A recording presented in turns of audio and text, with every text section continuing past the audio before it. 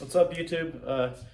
This is Living Like a Nut. It's my YouTube channel. My name's Peanut Jones. I'm just a 19-year-old kid that's got a little dream that he wants to live out, and yeah, a little overview of like what will be on here. It'd be like motorcycles, mountain bikes, maybe a fishing video or two, snowboarding maybe, just adventurous stuff outside, van camping, traveling, stuff like that. Just an overview of stuff like that. But yeah, so this video is actually, it's kind of significant to me. It's kind of something that kind of sucks a little bit to make, but it's also a good thing. So today is a kind of a farewell video to my Honda cb500x. This is a 2021 Honda cb500x. It is like, it's like 497 cc's. 47 horsepower. Don't quote me on that. I'm not exactly sure on the number. I mean, it's enough power to get you around. I mean, I've put, let's see here. I've put about 5,500 miles on this bike. I've taken it all the way north on the Parkway. I've taken it all the way to Bluffton, South Carolina. I've taken it to, I did the North Carolina TAT on this bike. The original intentions for this bike were for me and my father to ride to Alaska. My dad's my riding buddy. Yeah, I know, I'm a 19-year-old kid riding with a 48-year-old man. I know but you know, it's fun. We have fun. It's a lot of fun. Without my dad, I wouldn't be able to do any of this stuff. So, always appreciative of him, of course. But yeah, this is the CB. A little bit of what we did on it for like upgrades and stuff. So we did put double thick mirrors on it. That's a must for every motor, adventure, dual sport, any bike you have to. This is a blessing in disguise. Okay. Then that was probably like one of the first things we did. And then my dad helped me with all of this, of course. We put on these Givy crash bars. The guy that we bought it from, he's a Givy dealer. And so we want everything Givy basically.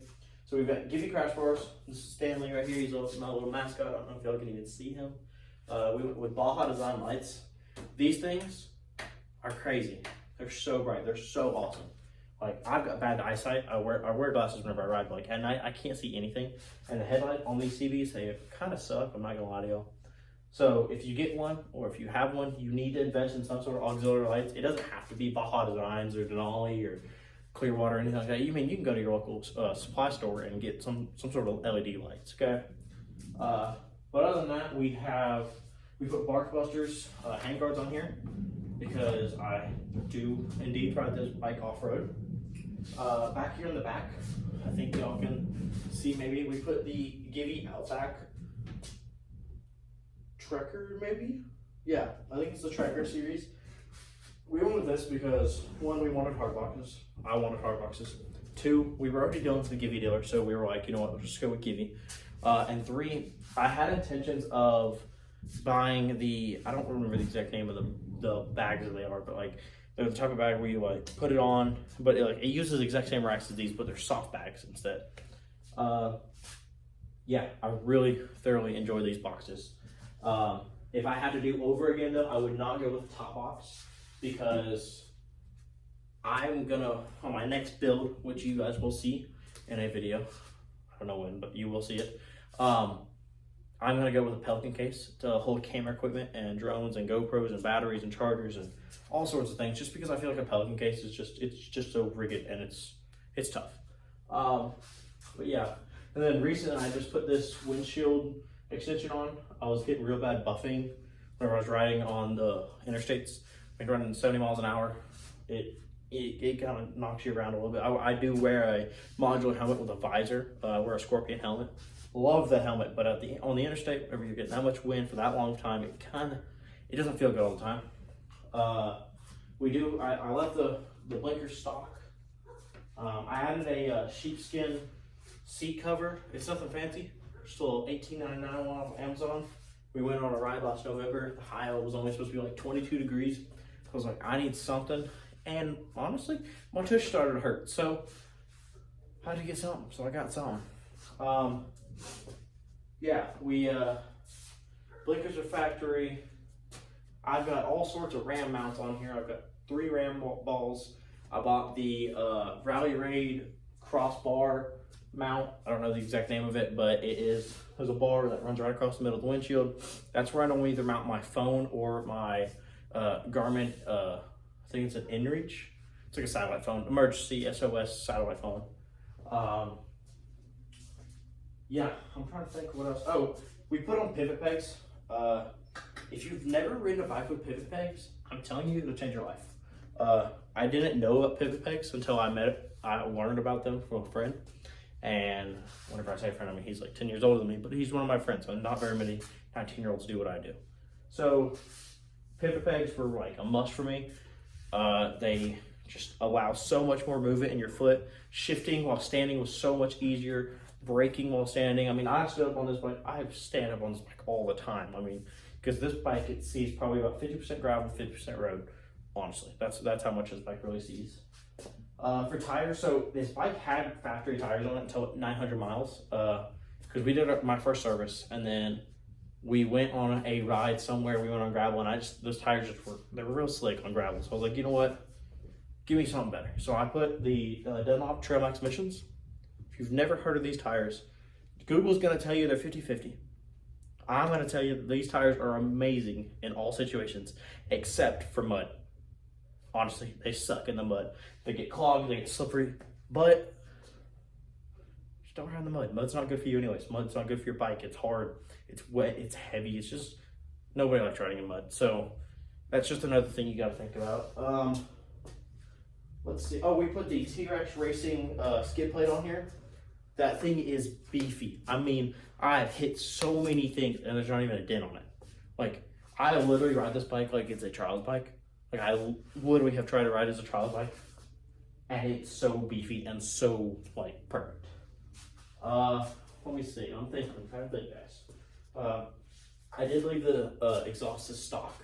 I didn't want to have something that was super loud and obnoxious throughout the, like, span of a day. Because I ride this bike a lot on, like, trips and stuff.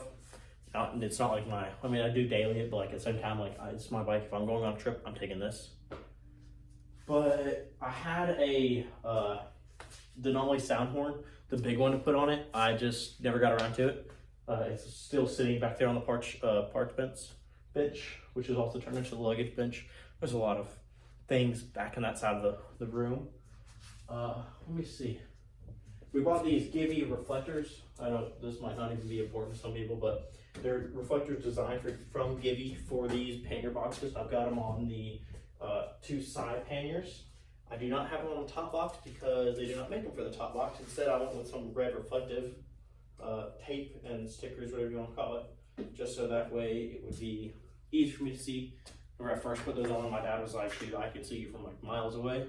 I also put a 12-volt plug right here for where Honda put it to design the spot for it from factory. Power for me was very important. I ride this bike sometimes for 11 hours a day. So it's kind of, I need to charge my phone because I use that for GPS, or I need to charge my satellite phone, or I need to charge my intercom that I use to talk to my dad while I ride. Just a bunch of different stuff that I use for power. Let me see. So this bike, it's a 21 model. It does not have the dual rotors like the new ones. I've never experienced an issue with the braking power of this bike. I mean, I've never like ran into something because the braking power on this bike has been sufficient enough for me. But I'm also not like running 90 miles an hour through the downtown of like a city or a town. So, I mean, it just depends on the type of rider you are. I did put a kickstand extender foot thingy. I don't know what they're actually called, but I put one on here. We did the North Carolina TAT, and I went to go put my bike over, and we were on, it wasn't raining or nothing. It didn't rain for like a week. But I went to go put my kickstand down, and all of a sudden, the bike just went with me, and I just laid there. I was like, that was embarrassing. But it's good. We're good. Let me see. Yeah. I mean, this was my first true motorcycle. Before this, I had a Yamaha XT250, which we still have. I just kind of outgrew that bike, so we decided to get me a different sort of dual sport motorcycle. But yeah, this was my first like real, true motorcycle. It was, yeah, it's what got me hooked on this sport. Like now I went from this to like all the way in. like, I think y'all can interpret what I'm saying however you would like. But yeah, that's my 500. We love it. I love that bike. So thanks y'all for watching the video.